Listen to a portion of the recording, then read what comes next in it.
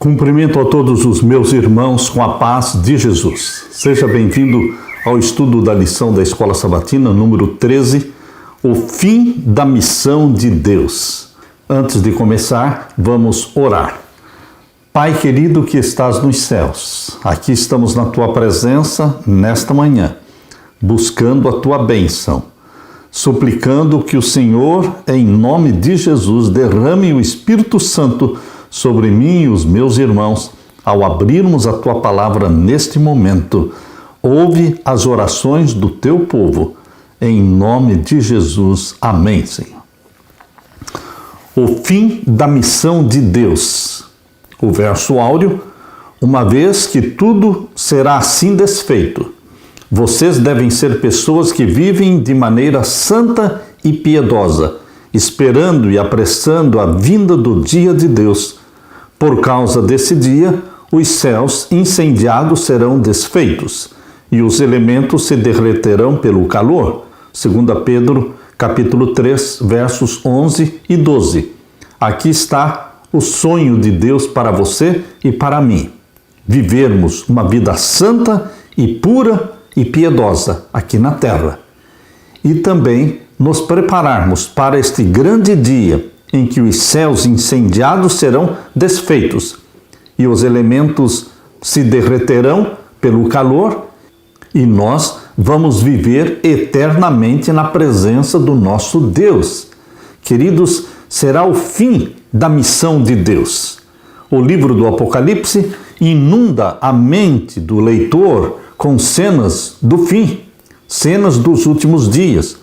O epicentro do livro trata do conflito cósmico entre Cristo e Satanás.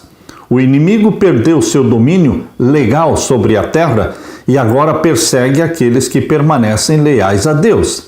Quando é que ele perdeu o domínio legalmente? Quando Jesus morreu na cruz. Ele foi expulso do céu como representante da terra, porque Jesus ressuscitou e subiu ao céu como nosso representante. É Ele que responde por você, meu irmão, minha irmã. Ele, Jesus Cristo, que nos ama, que é o nosso Salvador. O clímax do livro do Apocalipse é o retorno de Jesus para libertar os seus filhos, tanto os justos vivos quanto os fiéis falecidos, desde a queda de Adão e Eva, que serão ressuscitados. O livro do Apocalipse mostra também a destruição de Satanás total. Todos os ímpios serão queimados e se farão cinzas, e Satanás também e os seus anjos se tornarão cinzas, e Deus estabelecerá o reino eterno de Jesus Cristo, criando uma nova terra e um novo céu. Os que estudam o Apocalipse entusiasticamente pesquisam e procuram identificar os sinais e eventos preditos que marcam a história da Igreja desde o primeiro século depois de Cristo até os nossos dias, o fim dos tempos. Eles estão certos em fazer isso, mas a última lição deste trimestre veremos o Apocalipse, que é um livro missionário, focado em um Deus missionário, que nos chama para ser uma igreja missionária. Nosso chamado para proclamar a verdade presente. A verdade presente é a mensagem de Deus que precisa ser pregada agora, neste tempo do fim, ao mundo todo, até que todos possam fazer uma decisão consciente a favor de Deus ou a favor de Satanás. Queridos, todos receberão ou o selo do Deus vivo ou o sinal da besta. Destinos eternos. O destino dos selados pelo selo do Deus vivo é o céu, é a vida eterna juntamente com Deus. Mas aqueles selados pelo sinal da besta, o destino eterno deles é a perdição. Serão destruídos e queimados juntamente com Satanás. Mas o plano de Deus é um novo céu e uma nova terra para você que ama a Jesus. Aleluia! Na parte de domingo, Apocalipse, a missão de Deus nos últimos dias. As linhas iniciais do Apocalipse indicam ao leitor que esse livro se concentra na missão de Deus de salvar a humanidade. Abra sua Bíblia em Apocalipse capítulo 1 e vamos ler os versos 1 até o verso 7.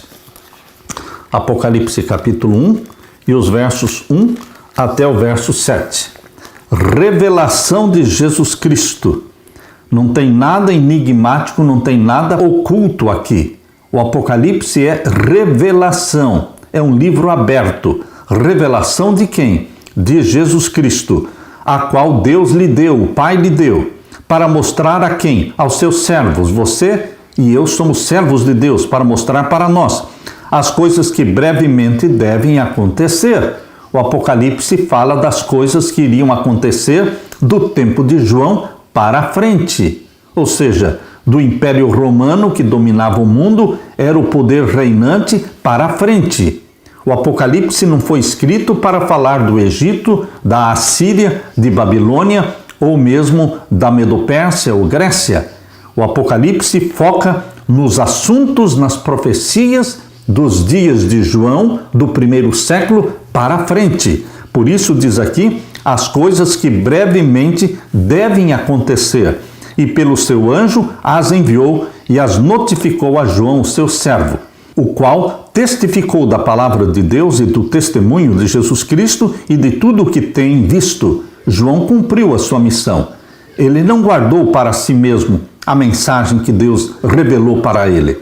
Ele escreveu o Apocalipse e ele divulgou essa mensagem enviando para as 7 igrejas do Apocalipse. E agora o verso 3 diz: bem-aventurado aquele que lê e os que ouvem as palavras desta profecia e guardam as coisas que nela estão escritas, porque o tempo está próximo.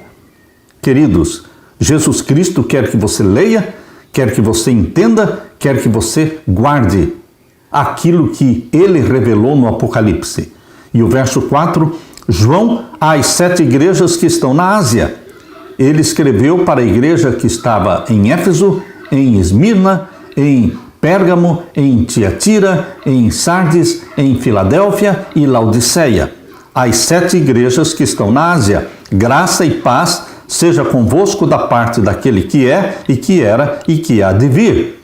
Esta é uma expressão bíblica para falar daquele que é o grande eu sou, o eterno, o YHWH, aquele que é, que era e que há de vir, e da dos 7 espíritos que estão diante do seu trono.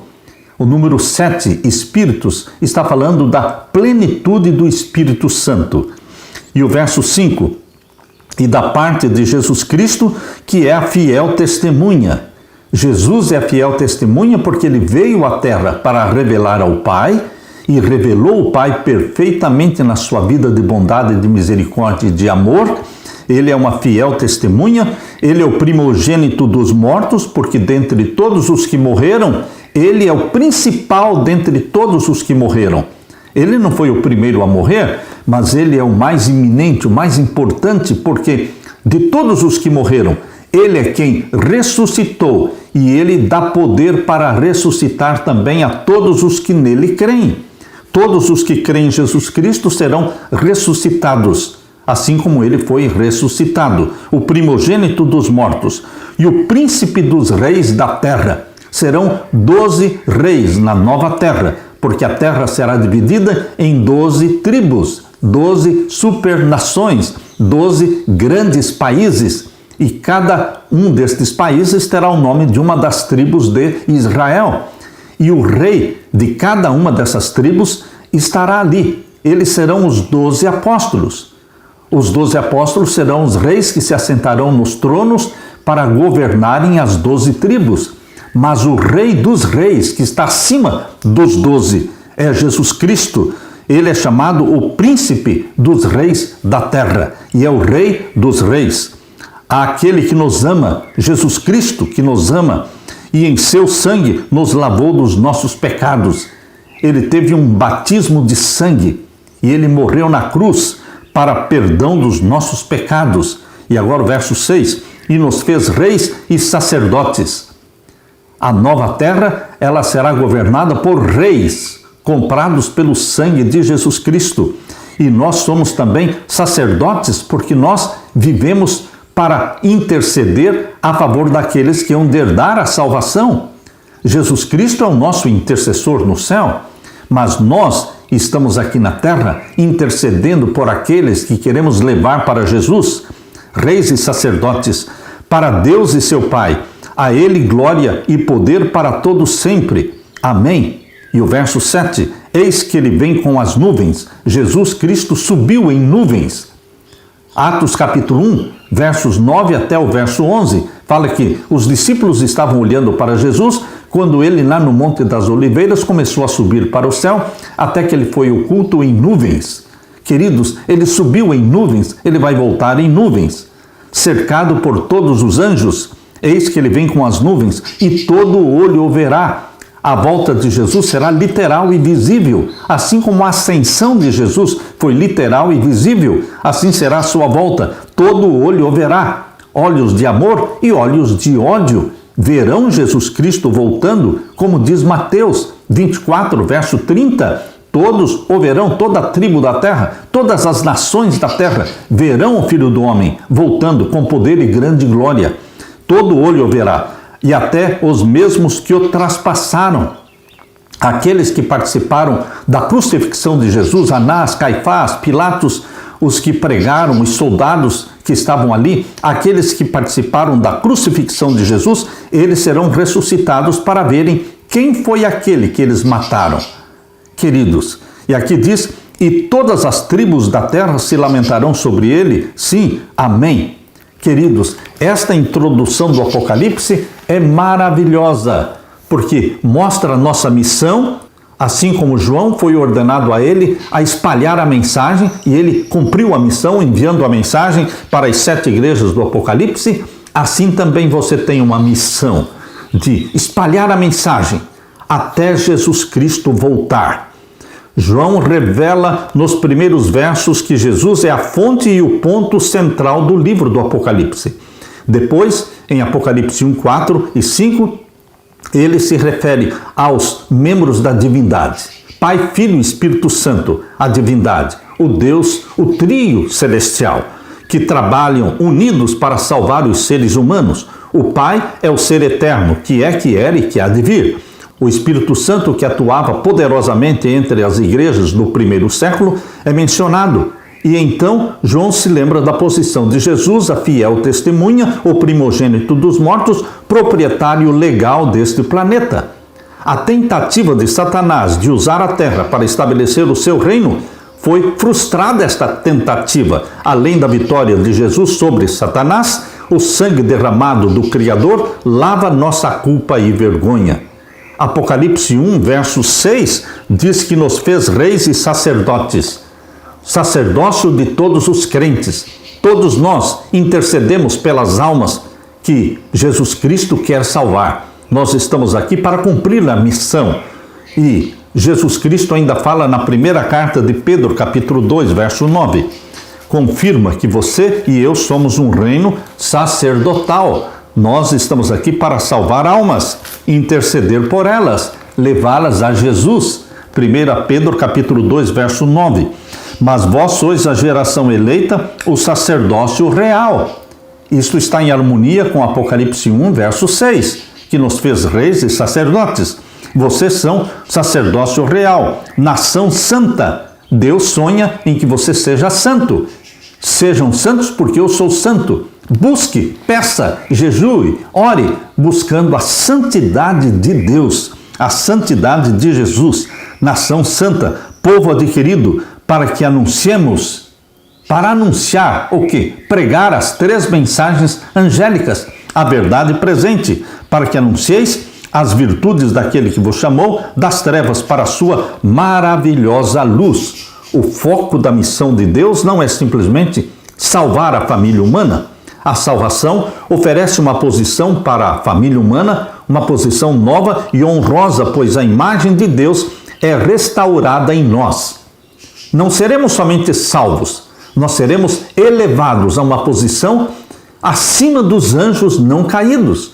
Filhos e filhas de Deus, nesta meditação matinal, Ellen White fala na página 242 que nós vamos ser elevados a uma posição acima dos anjos não caídos. Não só Jesus Cristo nos salva, mas Ele nos eleva numa posição superior. Os redimidos se tornam realeza, reis, porque são consanguíneos com o Rei do Universo por meio do sangue derramado de Jesus. Então, como membros da família real, nos unimos à missão da família real na salvação de outros seres humanos. Isso nos torna sacerdotes. Cristo constituiu sua igreja como um reino sacerdotal, uma nação santa, e seus membros como sacerdotes. Ser membro do reino é ser sacerdote. Apocalipse 1:7, encontramos aqui a urgência da missão. Jesus está voltando. Jesus está voltando, e as nações se lamentarão, pois estarão perdidas. Deus anseia por aqueles que estão afastados dele. O livro do Apocalipse começa com a missão de Deus pelos seres humanos. E a missão de Deus é a nossa missão, porque eis que ele vem com as nuvens e todo olho o verá. Você e eu temos que preparar o mundo para a segunda vinda de Jesus. Aleluia! Na parte de segunda-feira, as mensagens e a missão dos 3 anjos. O livro do Apocalipse representa de forma vívida o tema do grande conflito, descrito talvez de forma mais dramática em Apocalipse 12, verso 12. Aqui em Apocalipse 12, verso 12, é descrito de uma forma vívida o conflito entre Cristo e Satanás. Leia comigo, capítulo 12, verso 12 de Apocalipse. Pelo que? Alegrai-vos, ó céus, e vós que neles habitais. Ai dos que habitam na terra e no mar, porque o diabo desceu até vós e tem grande ira, sabendo que já tem pouco tempo. Quando Jesus morreu na cruz, até ali o representante da família humana era Satanás. Mas quando Jesus morreu na cruz, sem pecado, morreu pelos nossos pecados, Satanás foi expulso do céu pela segunda vez. A primeira vez ele foi expulso como anjo querubim, mas a segunda vez ele foi expulso como representante da terra. Não mais, nunca mais ele teria acesso ao céu, porque agora é Jesus quem nos representa. Cumpriu-se Apocalipse 12, verso 10, que diz: ouvi uma grande voz no céu que dizia: agora chegada está a salvação e a força e o reino do nosso Deus. Quando Jesus morreu, ele concretizou, ele consolidou a graça que se tornou carne, habitou entre nós, morreu na cruz. Ele consolidou o plano da salvação. Por isso cumpriu-se o que está aqui em Apocalipse 12, 10. Chegada está a salvação. A salvação deixou de ser uma promessa e se tornou uma realidade quando Jesus morreu na cruz. E a força e o reino do nosso Deus e o poder do seu Cristo, porque ele morreu vitorioso. Porque já o acusador dos nossos irmãos é derribado. Satanás foi derrubado do céu como acusador dos irmãos de Cristo. Mas, queridos, Jesus Cristo assumiu a posição de nosso representante, advogado e defensor. Já o acusador de nossos irmãos é derribado. Isto aconteceu na morte de Jesus na cruz, o qual diante do nosso Deus os acusava de dia e de noite. Por isso, o verso 12 diz: pelo que alegrai-vos, ó céus, e vós que neles habitais, ai dos que habitam na terra e no mar, porque o diabo desceu até vós e tem grande ira, sabendo que tem pouco tempo. Satanás sabia que, no momento em que ele foi expulso do céu como representante da terra, e Jesus ocupou este lugar, porque ele é o nosso representante salvador, Satanás sabia que dali para frente nunca mais ele sairia da terra. Por isso ele está irado, porque ele tem pouco tempo. Ele será queimado. Ele será queimado no final dos 1000 anos. Ele nunca mais voltou ao céu, como ele fazia antes. Quando você lê Jó capítulo 1 e Jó capítulo 2, você percebe que temporariamente, ou seja, quando Deus convocava os concílios no céu, Satanás ia representando o planeta Terra. Mas depois que Jesus morreu, ressuscitou e subiu ao céu, nunca mais Satanás está restrito ao planeta Terra. E aqui ele vai ser queimado. Permanecerá por 1000 anos neste planeta em trevas, escuridão. E no final dos 1000 anos ele será queimado. Meu querido irmão, minha querida irmã, entendendo todo este drama, todo esse conflito entre o bem e o mal, nós temos a missão de anunciar as mensagens angélicas, as 3 mensagens angélicas. Abre então a sua Bíblia, agora em Apocalipse capítulo 14, e vamos ver os versos 6 até o verso 12. Este sermão que foi escrito por Jesus. Ele escreveu este sermão para o seu povo, os remanescentes dos últimos dias. Eles precisam pregar esta mensagem. Versos 6 a 12. E vi outro anjo voar pelo meio do céu e tinha o evangelho eterno, para o proclamar aos que habitam sobre a terra e a toda nação, e tribo, e língua, e povo, dizendo com grande voz: temei a Deus e dai-lhe glória, porque vinda é a hora do seu juízo.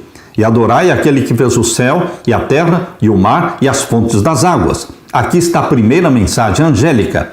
Aqui diz que a primeira mensagem angélica se concentra no Evangelho eterno, as boas novas de salvação em Jesus Cristo. Só Jesus salva. E aqui diz que deve ser pregado ao mundo inteiro. E a mensagem é: temam a Deus, ou seja, reverenciem a Deus e dai-lhe glória. Assumam o caráter de Deus. Dar glória a Deus é assimilar o seu caráter. O caráter de Cristo Jesus precisa ser implantado em nós. Por isso, damos glória a Deus, recebendo em nós o caráter de Deus. Porque vinda é a hora do seu juízo. 1844 iniciou o juízo celestial. No final dos 2.300 anos de Daniel 8,14. Começou o juízo celestial, que tem 7 fases, como é explicado na profecia dos 7 selos. São 7 fases no processo do juízo celestial. E, queridos, o juízo começou pelos mortos e vai passar para os vivos. Quando vai passar para os vivos? Tão logo o decreto dominical seja aprovado. Então os vivos serão julgados e selados pelo selo do Deus vivo. Vinda é a hora do seu juízo. Queridos, que juízo está para começar dentro de pouco tempo? O juízo dos vivos. Vinda é a hora do seu juízo. E adorai aquele que fez o céu e a terra, o mar e as fontes das águas. Um chamado para adorar o Criador dos céus e da terra, que criou a terra numa semana literal de 7 dias, descansou e abençoou e santificou o 7º dia da semana, como diz em Gênesis capítulo 2, versos 1 até o verso 3. Portanto, queridos, essa última frase da primeira mensagem angélica é um chamado para adorar a Deus guardando o sábado. Guardando o sábado, você está adorando a Deus como o Criador dos céus e da terra. Esta é a primeira mensagem angélica. A segunda mensagem angélica, verso 8. E outro anjo seguiu, dizendo: caiu a grande Babilônia. A Babilônia mencionada no Apocalipse 6 vezes não é a Babilônia literal, é a Babilônia espiritual, é a Babilônia papal. Caiu Babilônia, aquela grande cidade. Que grande cidade reina sobre os reis da terra? Roma. Aquela grande cidade que a todas as nações deu a beber do vinho da ira da sua prostituição. Que vinho é esse? Suas doutrinas. E agora seguiu-se o terceiro anjo, verso 9, dizendo com grande voz: se alguém adorar a besta, que besta? A besta que subiu do mar, o papado. E a sua imagem, que imagem da besta? A besta que subiu da terra, Estados Unidos da América do Norte, o protestantismo apostatado, que se uniu ao papado. Quem adorar a besta e a sua imagem, receber o sinal. Que sinal? O primeiro dia da semana, que por lei do governo será instituído, o primeiro dia da semana será instituído como dia santo para o mundo inteiro, no lugar do sábado, o 7º dia da semana. O sinal da besta será imposto no lugar do selo do Deus vivo. Ai daquele que receber o sinal da besta, porque somente os que recebem o selo do Deus vivo é que serão salvos. Por isso, a terceira mensagem angélica é um chamado e é uma advertência. Se alguém adorar a besta e a sua imagem e receber o sinal na sua testa ou na sua mão, também o tal beberá do vinho da ira de Deus que se deitou, não misturado, no cálice da sua ira, e será atormentado com fogo e enxofre diante dos santos anjos e diante do Cordeiro. Mas, queridos, faz parte da terceira mensagem angélica ainda o verso 12. Aqui está a paciência dos santos. É o remanescente de Deus na terra. Aqui está o foco da terceira mensagem angélica, os santos de Deus dos últimos dias. Aqui está a paciência dos santos e fala que eles são aqueles que guardam os mandamentos de Deus e têm a fé de Jesus. Meu querido irmão, aqui está a mensagem, a verdade presente para os nossos dias. Jesus está voltando e nós temos que nos preparar e nós temos que anunciar ao mundo que Jesus está voltando. Não daqui a 20 ou 30 anos, ele está voltando nestes próximos anos. Não sabemos exatamente que dia e hora será a volta de Jesus, mas nós conhecemos os sinais dos tempos. Jesus está voltando. Envolva-se na missão, cumpra com o ide e pregai o evangelho a todas as nações, tribos e línguas. Você e eu somos os missionários de Deus na terra. Aleluia! Na parte de terça-feira, a crise final. Jesus disse: portanto, vão e façam discípulos de todas as nações, batizando-os em nome do Pai, do Filho e do Espírito Santo, ensinando-os a guardar todas as coisas que tenho ordenado a vocês. E eis que eu estou com vocês todos os dias até o fim dos tempos. Mateus 28, versos 19 e 20. Essa é a grande comissão dada por Deus para você e para mim. Em muitos aspectos, as três mensagens angélicas, com um chamado a cada nação, tribo, língua e povo, conforme diz Apocalipse 14:6, é a expressão da grande comissão na forma de verdade presente. A verdade presente pode ser entendida como sendo o quê? As três mensagens angélicas de Apocalipse 14.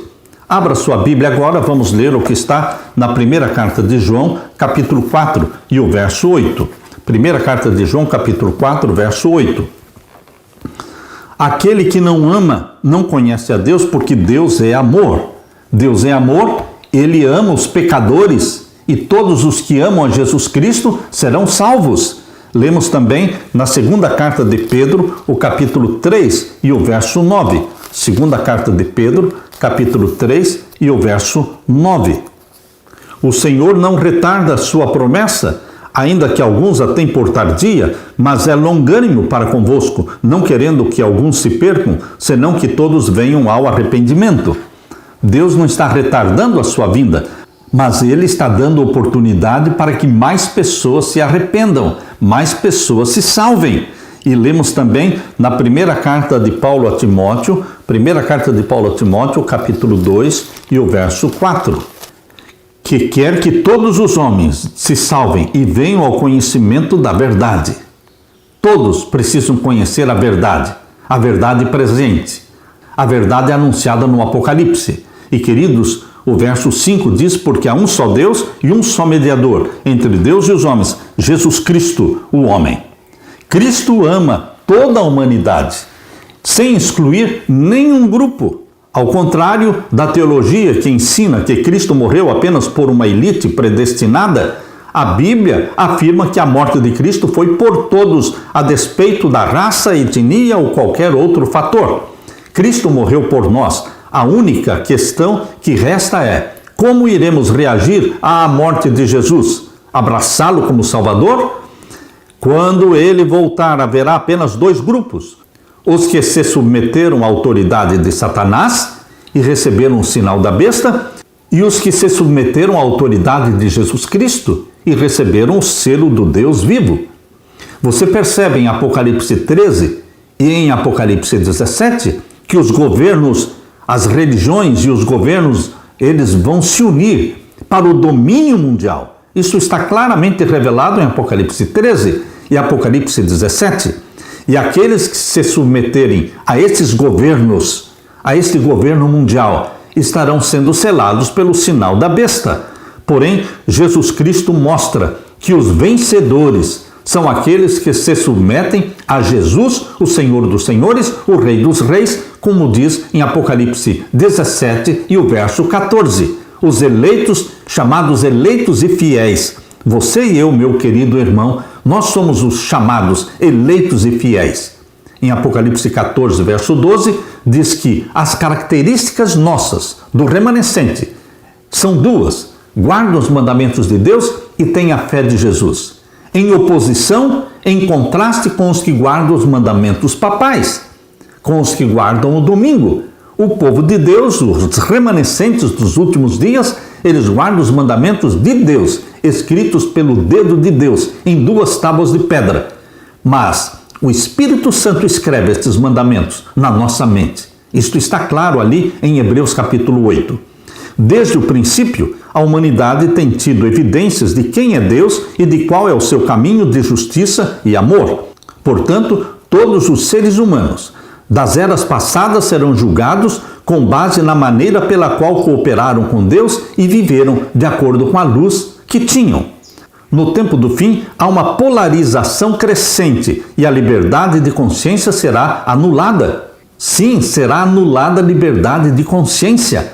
Haverá uma pressão nesse governo mundial para que todos pensem igual, para que todos se submetam ao poder papal e recebam o sinal da besta. As pessoas serão pressionadas a se aliarem ao partido de Satanás. É urgente que o evangelho seja pregado e as informações sobre as estratégias satânicas sejam reveladas. É disso que tratam as 3 mensagens angélicas e a nossa missão é pregá-las. Esta é a verdade presente. Estamos vivendo na crise final. Temos pouco tempo para pregar a verdade presente. E você está sendo chamado, meu irmão, para se unir a este remanescente santo, para pregar, para anunciar, para apressar, para amar, para se preparar para a segunda vinda de Jesus. Aleluia! Na parte de quarta-feira, o êxito na missão, sucesso na missão. O que é sucesso na missão? Podemos ser tentados a pensar que são muitos batismos, igrejas grandes e ritmo rápido de crescimento. Muitos entendem sucesso na missão como sendo isso aí. Muitos batismos, igrejas grandes e crescimento. Podemos sentir que o sucesso consiste em entrar com a verdade em cada tribo e grupo de pessoas na Terra e que podemos acelerar esse processo usando o rádio, a internet, a TV. Embora tudo isso seja verdade, devemos lembrar que Paulo escreveu à comunidade de fé em Corinto dizendo: eu plantei, Apolo regou, mas o crescimento veio de Deus. 1 Coríntios 3,6. É Deus quem dá o crescimento. Nossa missão é plantar. Outro vem e rega a semente que você plantou, mas quem vai dar o crescimento é Deus. Queridos, este povo que estará anunciando a verdade presente, que tipo de pessoas elas são? Como vivem? Veja na segunda carta de Paulo aos Coríntios. Segunda carta de Paulo aos Coríntios, capítulo 11 e o verso 2. Abra sua Bíblia. Segunda carta de Paulo aos Coríntios, capítulo 11 e o verso 2. Leia comigo. Que tipo de pessoas são estas que vão pregar a verdade presente? Leia comigo. 2 Coríntios 11, 2. Porque estou zeloso de vós, com zelo de Deus, porque vos tenho preparado para vos apresentar como uma virgem pura a um marido, a saber, a Cristo. Paulo está dizendo que a igreja que prega a verdade presente é uma igreja que é apresentada diante de Deus como uma virgem pura a um marido que é Jesus Cristo. Queridos, Deus não quer outra coisa de você senão pureza, santidade, vida irrepreensível e sem mácula. Mas como nós, pecadores, que temos a natureza pecaminosa, como poderemos ser virgens, puras, santas, imaculadas, irrepreensíveis? Queridos, é só ter comunhão com Jesus. Quando você inicia o dia com Jesus Cristo, quando os seus pensamentos estão voltados para Jesus durante o dia, quando à noite seus pensamentos estão voltados para Jesus, quando você concentra sua mente, suas energias em Jesus, em assimilar Jesus, a santidade dele, o caráter dele, você é visto diante de Deus. Embora você seja pecador, pecadora, mas você é visto por Deus como virgem pura, santa, imaculada e irrepreensível. porque a perfeição de Jesus nos é comunicada. Jesus Cristo dá para você tudo o que é dele. E o Pai vê em você Jesus Cristo. Por isso, a santidade é de Jesus. Não somos nós que construímos esta santidade, mas a recebemos pela fé em Jesus Cristo. Abra também a sua Bíblia em João capítulo 16, o Evangelho de João, capítulo 16, vamos ver o verso 12 e 13. Ainda tenho muito que vos dizer, mas vós não o podeis suportar agora. A revelação da verdade ela é progressiva. O que nós sabemos hoje não é tudo o que os cristãos sabiam no primeiro século. O que nós compreendemos e sabemos hoje da palavra, da verdade presente, não é tudo o que os cristãos na Idade Média conheciam ou que os pioneiros conheciam, porque a revelação da verdade ela é progressiva. Por isso Jesus disse aqui, ainda tenho muito que vos dizer, mas vós não o podeis suportar agora. Mas estas verdades foram sendo reveladas à medida que os séculos foram passando. Só que hoje você e eu vivemos na última geração. Nós precisamos pregar as verdades que hoje estamos entendendo melhor do que os cristãos, nossos irmãos do passado, não porque somos melhores do que eles, mas porque estamos vivendo na última geração. Toda profecia precisa ser entendida agora nesta geração. Porque depois que Jesus Cristo voltar e levar a sua igreja para o céu, não vamos precisar mais entender a profecia. Por quê? Não teremos mais nada para pregar. Nós precisamos pregar agora. A profecia é a revelação dos planos de Deus agora para o tempo do fim, que antecede a segunda vinda de Jesus. Portanto, a revelação ela é progressiva.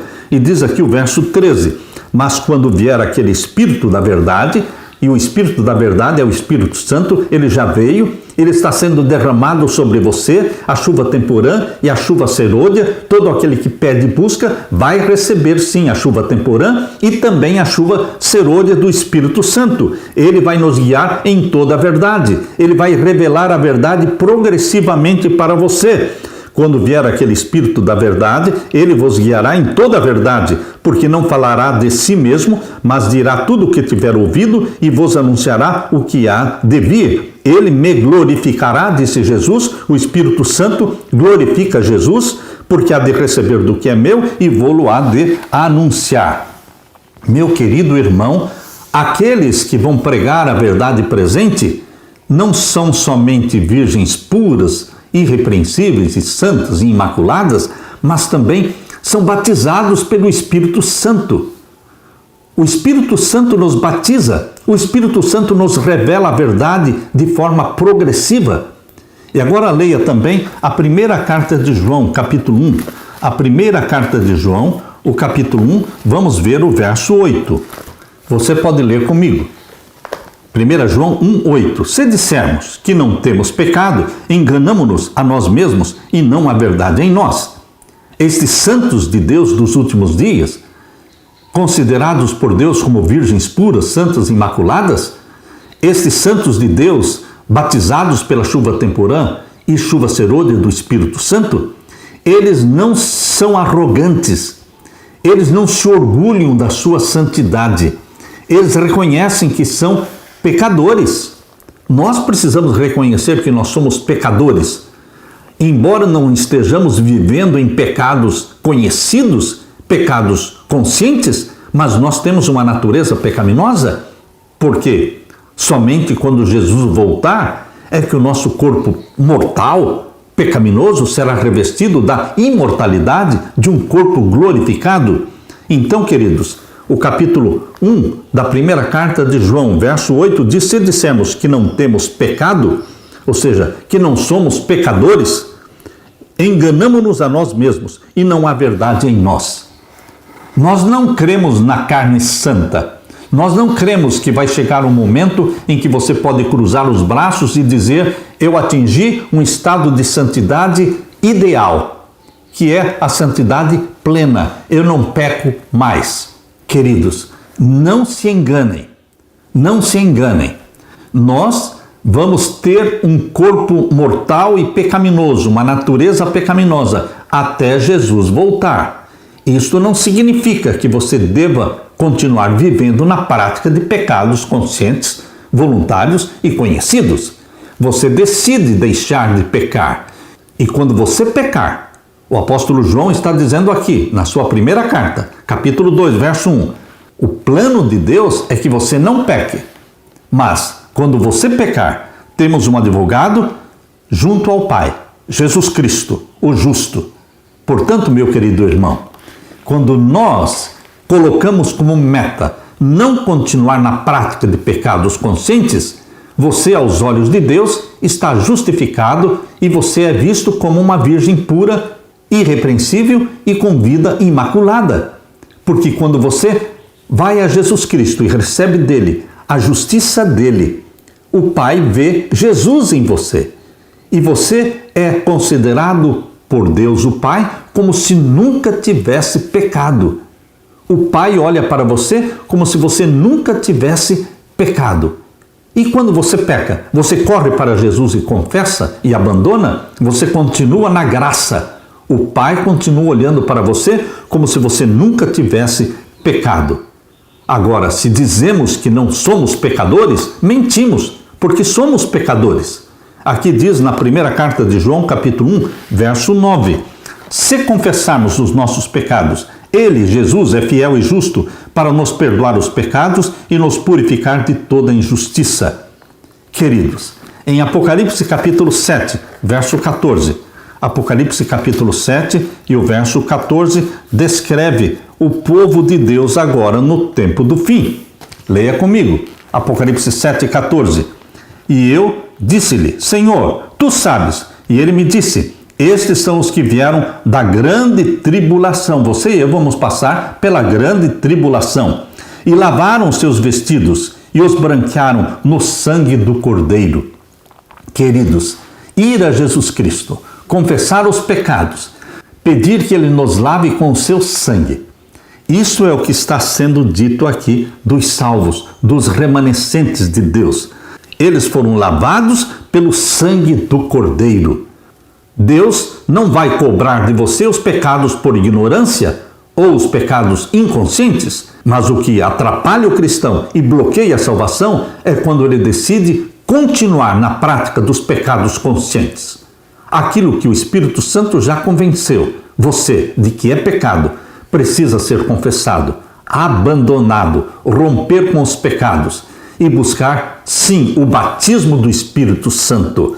Meu querido irmão, o que significa ser uma virgem pura para Cristo? Conforme diz 2 Coríntios 11, 2, é viver uma vida aos pés de Jesus Cristo, recebendo de Jesus a justiça comunicada diariamente aos salvos pela comunhão. O Espírito Santo vai derramando a justiça de Cristo sobre você, implantando em você a mente de Jesus.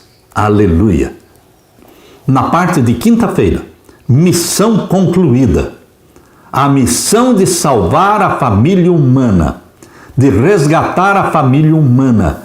Essa missão nasceu na mente de Deus antes de Adão e Eva pecarem, antes de Adão e Eva serem criados. Já existia o plano da salvação. Por isso Apocalipse 13, verso 8, diz que Cristo é o Cordeiro morto desde a fundação do mundo, porque o plano da salvação foi feito antes de Deus criar Adão e Eva. Mas, queridos, nós sabemos que esta missão que nasceu na mente de Deus será concluída na segunda vinda de Jesus, quando Jesus vai arrebatar a sua igreja para o céu e vamos viver 1000 anos no céu com Jesus Cristo. E a eternidade nós vamos viver aqui na terra. Essa terra será purificada do pecado, queimada, reconstruída, refeita. Por isso a Bíblia chama de nova terra. A Nova Jerusalém estará aqui como a capital da nova terra. A missão estará concluída, porque Satanás será queimado no final dos 1000 anos e todos os ímpios, e viveremos como súditos de Deus. A terra toda estará dividida em 12 grandes países, 12 grandes tribos, e os reis das 12 tribos estarão submissos ao Rei dos Reis, que é Jesus Cristo. E de sábado em sábado viremos à Nova Jerusalém, adorar a Deus de sábado em sábado e de lua nova em lua nova. Meu querido irmão, a missão estará concluída. Abra sua Bíblia e vamos ler Apocalipse capítulo 21, os versos 1 até o verso 4. Apocalipse 21, versos 1 até o verso 4. E vi um novo céu e uma nova terra, porque já o primeiro céu e a primeira terra passaram e o mar já não existe. E eu, João, vi a santa cidade, a nova Jerusalém, que de Deus descia do céu, adereçada como uma esposa ataviada para o seu marido. A nova Jerusalém vem prontinha do céu.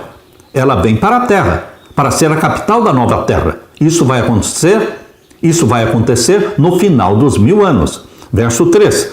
Eu ouvi uma grande voz do céu que dizia: eis aqui o tabernáculo de Deus com os homens, pois com eles habitará. A nova Jerusalém é o tabernáculo de Deus, é o santuário celestial, que descerá do céu no final dos 1000 anos, e eles serão o seu povo, e o mesmo Deus estará com eles, e será o seu Deus. No Antigo Testamento, no santuário da terra, Deus habitava com o seu povo no santuário. O Shekinah estava no Santíssimo do Santuário. E na nova terra, Deus habitará com o seu povo no santuário. Que santuário? O santuário celestial, que é a nova Jerusalém. Está sendo dito aqui no verso 3. Quando João olhou para a nova Jerusalém, disse: este é o tabernáculo de Deus, com os homens, pois com eles habitará. Alguma dúvida, meu irmão? A Bíblia é muito clara. E eles serão o seu povo, e o mesmo Deus estará com eles e será o seu Deus. E Deus limpará dos seus olhos toda lágrima, e não haverá mais morte, nem pranto, nem clamor, nem dor, porque as primeiras coisas são passadas. Aqui está, meu querido irmão, a promessa do nosso Senhor e Salvador Jesus Cristo. Agora leia comigo, capítulo 21 de Apocalipse, versos 22 em diante. E nela não vi templo. Por que João não viu templo dentro da Nova Jerusalém? Porque a Nova Jerusalém é um templo. A Nova Jerusalém é um templo, porque ali habita Deus. Ali está o trono de Deus. É o santuário de Deus, é o tabernáculo, é a casa de Deus. E nela não vi templo, porque o templo é o Senhor Deus Todo-Poderoso e o Cordeiro, que nela habitam. E a cidade não necessita de sol. Por que a luz do sol? Se ali está o Criador do sol, com uma luz, com uma glória fulgurante, muito maior do que a do sol. Por isso, a cidade não necessita de sol, nem de lua, para que nela resplandeçam, porque a glória de Deus a tem alumiado, e o Cordeiro é a sua lâmpada. E as nações, as 12 nações, e as nações andarão à sua luz, e os reis da terra, os 12 reis, trarão para ela a sua glória e honra. Glória e honra serão trazidas para o Rei dos Reis, que é Jesus. E as portas não se fecharão de dia, porque ali não haverá noite. Não haverá noite na capital, na casa de Deus, na Nova Jerusalém, mas em toda a extensão da terra continuará havendo noite e dia, como era no Jardim do Éden. Mas na Nova Jerusalém não haverá noite. Ali as portas não se fecharão, porque ali não haverá noite. E a ela trarão a glória e honra das nações.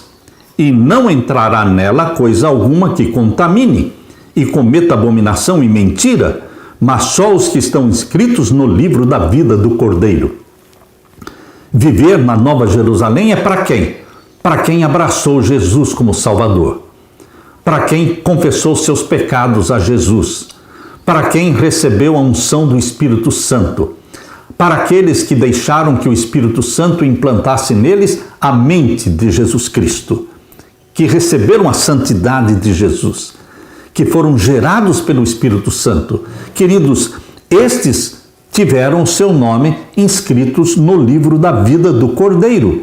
Estes viverão com Deus na nova terra e virão adorar a Deus de sábado em sábado na Nova Jerusalém, como diz Isaías 66, versos 22 e 23. Mas aqui o capítulo 22, verso 1 diz: mostrou-me o rio puro da água da vida, claro como cristal, que procedia do trono de Deus e do Cordeiro. Ali, na Nova Jerusalém, estará o trono de Deus, o Pai, e do Cordeiro, Jesus Cristo. E no meio da sua praça E de uma e da outra banda do rio estava a árvore da vida, que produz 12 frutos, dando o seu fruto de mês em mês, e as folhas da árvore são para a saúde das nações. A mesma árvore da vida que estava no jardim do Éden, e que foi removida antes do dilúvio. Essa mesma árvore da vida estará na Nova Jerusalém, na casa de Deus, no rio da água da vida. De um lado e do outro lado do rio da água da vida está a árvore da vida, que produz 12 qualidades de frutos. Cada mês vamos comer do fruto da árvore da vida, mas cada mês comemos um fruto diferente, porque esta árvore produz 12 diferentes qualidades de frutos, mas todos são frutos da árvore da vida, e comeremos de mês em mês. E as folhas são comidas também, porque as folhas da árvore da vida são para a saúde das nações. Queridos, e ali nunca mais haverá maldição contra alguém. E nela estará o trono de Deus e do Cordeiro, e os seus servos o servirão e verão o seu rosto. Veremos os olhos de Jesus, tocarão no corpo de Jesus Cristo, nas suas testas estará o seu nome, e ali não haverá mais noite, e não necessitarão de lâmpada, nem de luz do sol, porque o Senhor Deus os alumia e reinarão para todo sempre. E eu digo, amém, aleluia e aleluia.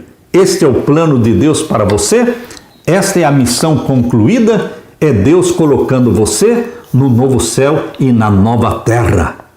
Diga aleluia, ore a Deus.